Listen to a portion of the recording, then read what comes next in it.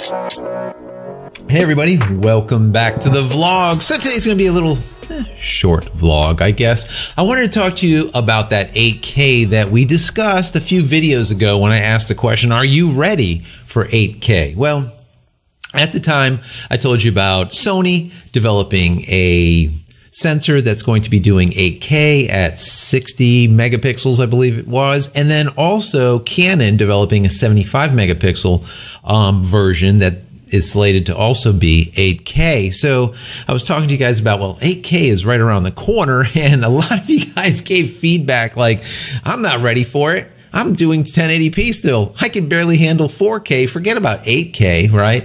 And that seems to be the general consensus when I ask that question. People are just not ready. Now, either not ready with their camera gear or to spend the money on new camera gear, or possibly even spending the money on the new system to be able to accommodate those greater amounts of bits and bytes and gigabytes, right?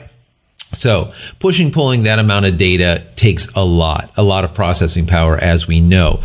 Well, guys, it looks like Panasonic is going to be also throwing their hat into the ring. Now, let's get back to Sony for a second before I talk to you about Panasonic. Now, Sony, of course, like I said, was talking about a 60 megapixel sensor that they're developing, as well as a 36 megapixel sensor, I believe I was telling you about, all 8K.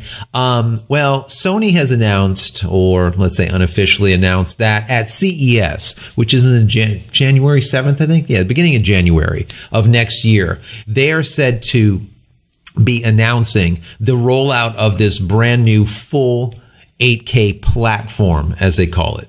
Now, this platform is going to consist of 8K television, 8K laser projectors, 8K cameras, as well as 8K camcorders, and finally, an 8K post-processing system. So it seems to me that within a month, we're going to get bombarded with 8K, 8K, 8K, everything, especially now that CES is right around the corner. So we're going to see some of that happening. Now, back to Panasonic. Now, in a recent interview with a French website, Panasonic, or one of their executives, stated that 8K on a Mirco Four Thirds is basically impossible, and that they're going to try to fulfill their promise of going 8K by 2020, but with a full frame system.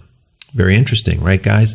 They also said something that it kind of goes back to me for many months, saying, listen, you know, Mirco Four Thirds is going to be going away. When Panasonic decides that full frame is really the place that they need to be, they're going to start, let's say, reducing the amount of R&D as well as production that goes on into their MFT format. Now, what they said, which was very interesting, is what they said was Panasonic's first goal is to give current MFT, Mirco Four Thirds users the possibility, or maybe the ease, of moving into full frame.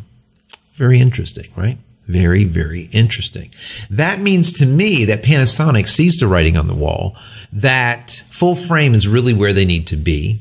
They have a greater latitude to be able to make better lenses, better systems, be able to push that into 8K, 12K and above, whereas the Mirco Four Thirds has really kind of reached its limit. Like I've said so many times in the past, Panasonic has done an amazing job with just squeezing the heck out of MFT.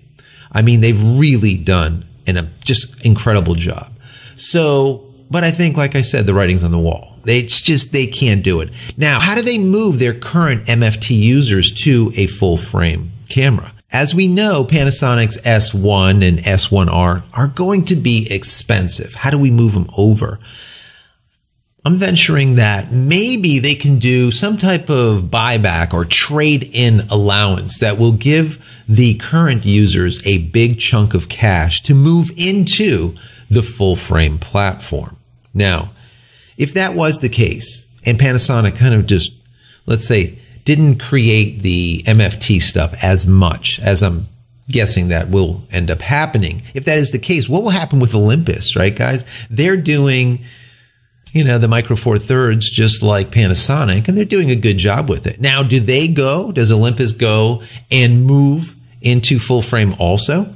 Or do they decide to be, let's say, the biggest or the best Mirco Four Thirds player on the market and just continue down that path? Because we know there's a lot of folks out there that I've talked to here on the channel that really like the Mirco Four Thirds. They like it for the size. They like it for the reach. There's a lot of things that they like about it, and they don't really want to give it up. So how Panasonic plays this, how Olympus plays this, I really don't know. But what I also found interesting is even though there's so many of you that said, listen, 8K is not for me, I'm not going to be able to afford it, it's just more equipment, this yada, yada, yada, 1080p is good enough. What I found was a lot of folks said, well, we don't even have 4K broadcasting yet around me, or the stuff that I do get is just minimum channels, right? How are we going to get 8K? I haven't even heard of it yet. But I tell you what, as of December 1st, in Japan, their broadcaster, I think it's NHK, that broadcast now is going to be in 8K. Or now, if you're listening to this or watching this right now, it's December, 5th, 6th, or whatever it is, we are now seeing 8K in Japan. So I think 8K is right around the corner. And I think CES, the key word at CES is going to be 8K. We're going to see, I believe, 8K everything. Coming into the Olympics 2020, a lot of the manufacturers, all the tech people, as well as camera, video, whatever, they know that they need to somehow get their product in the eyes of the public. And we know that the Olympics is just a great place to do it.